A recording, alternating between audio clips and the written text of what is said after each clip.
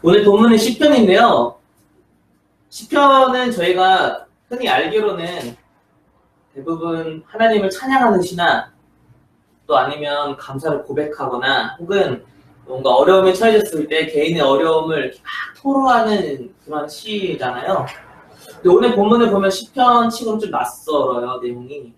그래서 어떻게 보면 시편이기보다는 지난주까지 봤던 이사야 같은 예언서에 나올 만한 그런 내용들이 좀 나와서 좀 당황스럽기도 합니다. 말씀을 이렇게 쭉 한번 훑어보면요, 왠지 느낌이 재판 중에 있는 것 같아요. 재판 중에 있고 이제 판사가 하나님이신데 그 죄를 묻고 그 죄에 대해서 막 판결을 내리는 그런 재판 중에 있는 것 같기도 하고, 아니면 하나님 이렇게 재판을 해주세요라는 어떠한 한 시편 저자의 기도가 담긴 내용인 것 같기도 합니다. 어찌됐건 이 시편 기자는요, 아마 이런 질문으로 오늘 말씀을 시작했던 것 같아요. 그래서 여러분들에게도 제가 이 질문을 한번 드려볼게요. 여러분들은 세상이 공평하다고 생각하십니까? 불공평하다고 생각하십니까? 아니면 여러분들은 이 세상을 살만한 세상이라 생각하십니까? 아니면 살기에 어려운 세상이라 생각하십니까? 시편 기자는 뭔가 지금 우리가 사는 이 세상이 뭔가 불공평하다, 힘겹다, 악하다, 그런 생각을 가졌던 것 같아요. 실제로 이제 이스라엘의 역사를 보면 이런 시기들이 많았습니다. 크게는 두 가지의 시기가 있었는데, 첫 번째는 다른 나라의 침공을 받아서 어려워지거나 힘겨워지거나 포로 생활을 할 때, 그때 힘겨운 생활을 보냈죠. 근데 그런 상황이 아니라 두 번째는 스스로 타락했을 때입니다. 사회가 스스로 타락했을 때, 지도층이 타락해서 불공정한 재판을 하고 가난한 사람들을 착취하고 그리고 불의로 배를 불리는 그런 정의롭지 못한 그런 사회가 되었을 때, 그 예언자들은 이런 사회에 대해서 바로 이러한 기도를 하나님께 드렸고 말씀을 선포했었습니다. 그래서 오늘 이 말씀은 왠지 아모스의 말씀이랑 굉장히 비슷하다라는 그런 느낌도 받게 됩니다. 시편의 이 기자는 아마 그때 아모스가 살았던 당시만큼이나 세상이 불공평하고 어렵기 때문에 하나님께 이런 기도를 하고 이렇게 재판을 내려주십시오, 판단해 주십시오라고 그렇게 기도한 것 같습니다. 1절을 보면요, 하나님이 이런 사회에 대해서, 이런 세상에 대해서 재판하는 내용으로 시작이 됩니다. 1절 말씀 보면 하나님은 신들의 모임 가운데에 서시며 하나님은 그들 가운데에 재판하십니다. 근데 하나님이 신들의 모임 가운데 있다라는 말이 좀 당혹스러워요. 어떻게 해석해야 될지 모르겠어요. 이걸 두 가지로 해석할 수 있는데, 첫 번째는 하나님이 하늘에서 회의를 여신다. 근데 이 신들이라는 거는 그냥 다른 신이 아니라 그냥 천사들을 얘기합니다. 왜냐면 성경에는 하나님이 천사들과 같이 회의를 하는 그런 내용들이 꽤 많이 나와요. 열왕기에도 나오고 또 욥기에도 나오고 뭐 스가랴에도 나오고 이런 회의 장면이 많이 나옵니다. 그렇게 해석할 수도 있고요. 두 번째로 이 말씀을 해석하는 방법은 하나님이 자기들이 스스로 신이라 생각하는 사람들, 오만한 사람들, 이런 사람들이 모이는 그 모임 중에 가셔서 그곳에 서 계시고 그들을 심판하시고 재판하신다라는 내용으로 해석할 수 있습니다. 저는 이 두 가지 중에 지금 방금 말한 두 번째가 더 설득력이 있다고 생각하는데요. 왜냐면 오늘 말씀 6절에 보면요, 이 오만한 사람들에 대해서 시편 저자는 이렇게 얘기합니다. 너희는 신들이며 다 지존자의 아들들이라 스스로 얘기한다. 그런 오만한 사람들이 모인 중에 하나님이 서 계셔서 그들을 심판하고 재판한다는 내용입니다. 이들이 하나님의 심판을 받는 이유는요, 2절의 말씀에 나와요. 이들이 불공평한 판단을 하고 악인의 낯 보기를 언제까지 하느냐. 불공평한 판단, 그리고 악인의 낯을 본다는 얘기는 악인의 낯을 세워준다, 그 체면치레 해준다, 악인들을 위해서 재판한다, 뭐 이런 내용입니다. 이렇게 하기 때문에 하나님이 재판한다는 내용이죠. 여기서 불공평하다라는 단어를 히브리어로 발음하면 좀 발음이 어려운데 저도 정확하게 어떻게 발음해야 될지 모르겠어요. 에벨 뭐 이런 식으로 발음이 돼요. 근데 이 단어는요, 불공평하다라는 단어 뜻도 있지만 더 중요한 의미로는 하나님의 성품과 반대로 행동하는 모습을 얘기할 때 나오는 단어입니다. 그 단어가 불공평하다는 단어예요. 하나님의 성품은요, 3절과 4절에 나와요. 하나님은 가난한 자들, 고아들을 위해서 재판을 하고 판단을 하시는 분입니다. 그리고 곤란한 자와 빈궁한 자를 위해서 자비를 베풀어 주시는 분이에요. 근데 오늘 말씀의 악인들은, 오만한 자들은 그것과 정반대로 행동합니다. 이 사람들은 불공평하게 판단하고 악인들을 위해서 재판하고 그리고 곤란한 자들을 또 궁핍한 자들을 이렇게 어렵게 만드는 사람들입니다. 하나님의 성품과 정반대로 행동하는 사람들, 바로 그런 사람들을 에벨이라고 그렇게 얘기하는 겁니다. 하지만 하나님은 그 악인들과 정반대로 행동하십니다. 불공평을 뜻하는 이 에벨은 하나님의 성품과 대조되기 때문에 숨길 수가 없습니다. 하나님 앞에서 바로 드러나게 됩니다. 너무 반대되기 때문에, 공통점이 하나도 없기 때문에. 초등학교 시절 때, 초등학생 때는 그날 과목 중에 체육이 있으면 미리 학교 갈 때 체육복을 입고 가잖아요. 저 땐 그랬어요. 하얀색 체육복. 위아래가 다 하얀색인 체육복을 입고 가는데, 근데 제가 착각을 해서 만약에 체육이 없는 날인데 체육이 있는 날을 착각하고 이게 체육복을 입고 갔다 생각해보세요.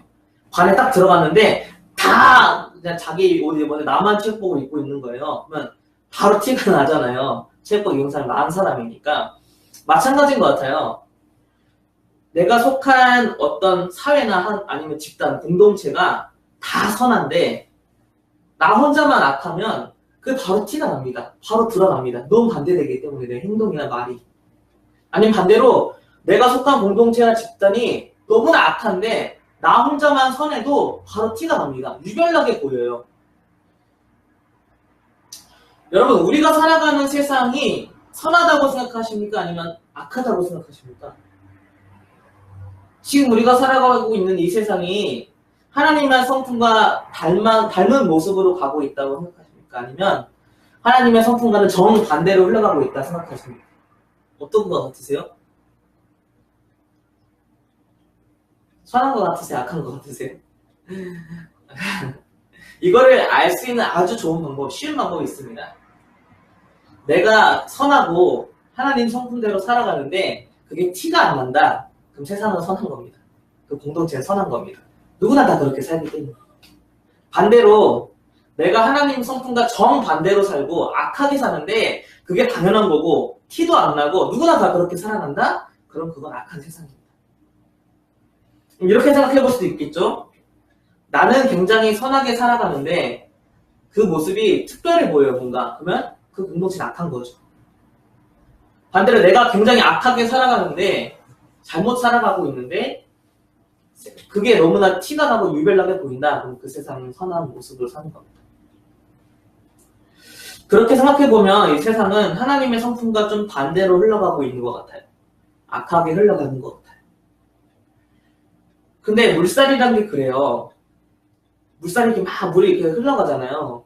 그 물살이 흘러가는 중에 가만히 있으면 아무것도 안 하면 그 방향대로 흘러가게 돼 있습니다. 세상이 악한데 나는 아무것도 안 하고 있으면요. 그 악한 대로 나도 흘러가게 돼 있어요. 근데 그 흘러가는 그 방향 그대로 노를 저으면 더 빨리 갑니다. 모든 사람들이 그렇게 악한 세상으로 그 흘러가는 대로 계속 노를 저으면 물살은 더 빨라집니다. 오직 그 흘러가는 것과 거슬러서 반대로 노를 젓는 사람들만 멈춰설 수 있고 그런 사람들이 더 많아지다 보면 물살을 바꿀 수가 있는 거죠. 하나님의 성품대로, 하나님이 원하시는 세상의 모습대로. 내가 하나님의 성품대로 살아가고 있다.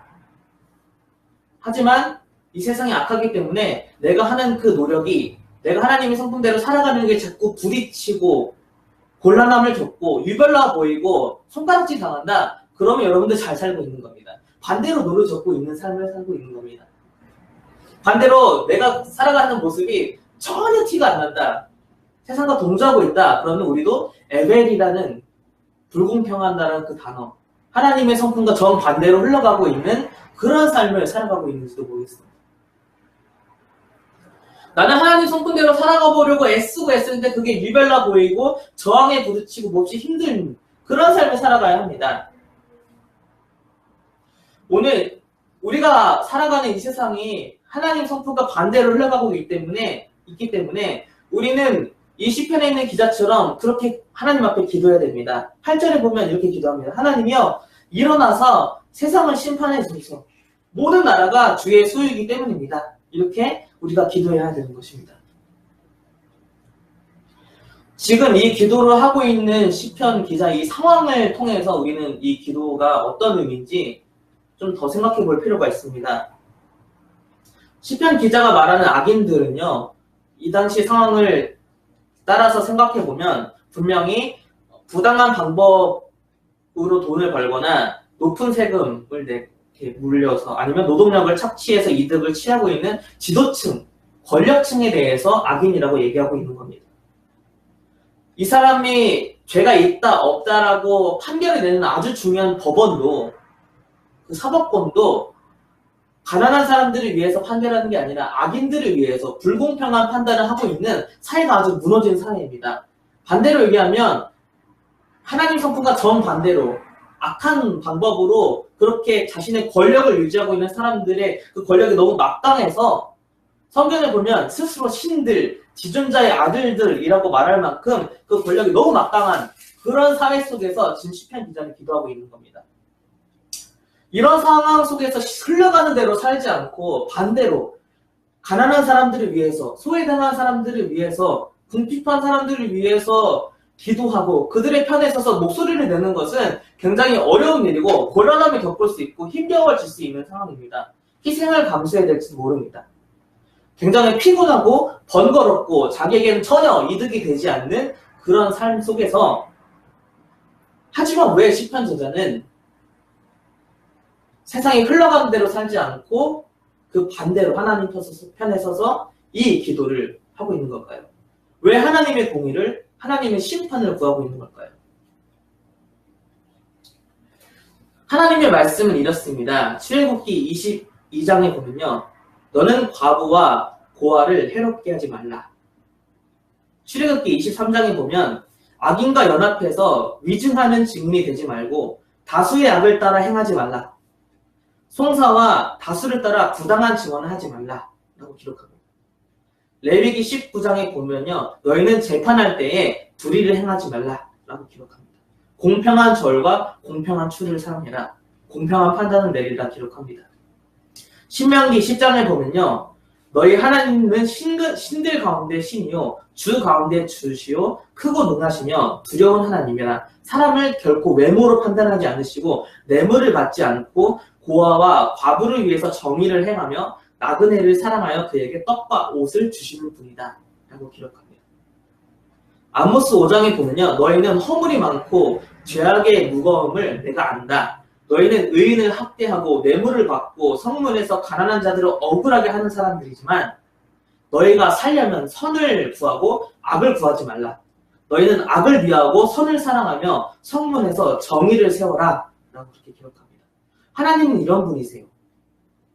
말씀을 통해서 보면 하나님은 공평하신 분이고 특별히 작고 약하고 궁핍하고 가난한 자, 그런 자들, 소외된 자들을 돌보시는 하나님이십니다. 또한 허물이 많고 뇌물을 받고 부당한 방법으로 착취하고 노동력을 착취하고 그런 악인들을 반드시 심판하시는 분이십니다. 우리가 지금 살아가는 세상이 악인들은 떵떵거리며 살아가는 세상일 수도 있어요. 착취하고 뇌물을 쓰고 권력자에게 붙어서 그 권력을 유지하는 사람들이 잘 살아가는 것처럼 보이는 그런 세상일 수도 있습니다. 그런 사람들이 가난한 사람들은 더 가난하게 만들고 억압하고 소외된 사람들의 편에 서는 것이 비효율적이고 나에게 아무런 이득이 되지 않는 그런 세상일지도 몰라요. 하지만 그런 세상에 산다고 해도 아무리 그런 세상이라도 우리는 하나님과 반대편을 서야 될까요? 하나님 말씀과 반대로 살아가야 될까요? 그렇지 않죠. 그런 세상이다 하더라도 세상이 흘러간 대로 살지 않고 세상과 반대로 하나님 말씀대로 살아가야 되는 것이 우리의 모습입니다. 교회도 어떨까요? 교회도 그 모습대로 살아가야 될까요? 교회도 하나님 말씀과 반대로가 아니라 하나님 말씀대로 그렇게 사역하고 그렇게 있어야 되지 않겠습니까? 이 말씀이 우리가 진짜 내 현실과 좀 동떨어져 보일 수 있어요. 하지만 단순히 오늘 이 말씀의 내용뿐만 아니라 우리는 우리가 살아가고 있는 모든 문제들 속에서 내가 이 문제를 하나님 말씀에 비춰봤을 때 하나님 말씀과 반대로 가고 있나? 하나님 말씀대로 살고 있나라는 것을 비춰볼 필요가 있습니다. 우리는 하나님의 말씀대로 살아야 되고 하나님의 성품에 따라서 살아가야 합니다. 그렇게 되기 위해선 하나님의 말씀이 무엇이고 하나님의 마음이 무엇이고 하나님의 성품이 어떤 것인지 그것을 알기 위해서 말씀을 읽고 또 읽고 그 뜻을 알기 위해 구단이 있어야 합니다. 그래서 내 삶의 모든 영역 속에서 이게 정말 하나님 뜻대로 가고 있는가라는 것을 잘 비춰볼 필요가 있어요. 비단 내 삶뿐만 아니라 우리 가족이 그렇게 살아가고 있나? 내가 속한 이 집단이 그렇게 살고 있나? 내가 모여있는 이 공동체가 과연 그 모습대로 잘 살아가고 있나를 돌아볼 필요가 있습니다. 멈춰서 있으면 아무 노력도 하지 않는 악한 회상에 휩쓸려 갑니다. 우리는 흐르는 그 강물을 거꾸로 거슬러 오르는 그런 부단히 애쓰는 노력이 필요합니다. 말씀에 벗어나서 살아가는 것이, 말씀과 상관없이 살아가는 것이 잘 사는 방법으로 생각될지 모르겠지만, 하지만 우리는 마지막 이 8절의 말씀을 다시 한번 기억해야 합니다. 하나님이 일어나서 세상을 심판하셔서 모든 나라가 주의 소유이기 때문입니다. 결국 세상은 하나님이 심판하실 거고 우리 또한 하나님의 심판 앞에 서게 될 것입니다.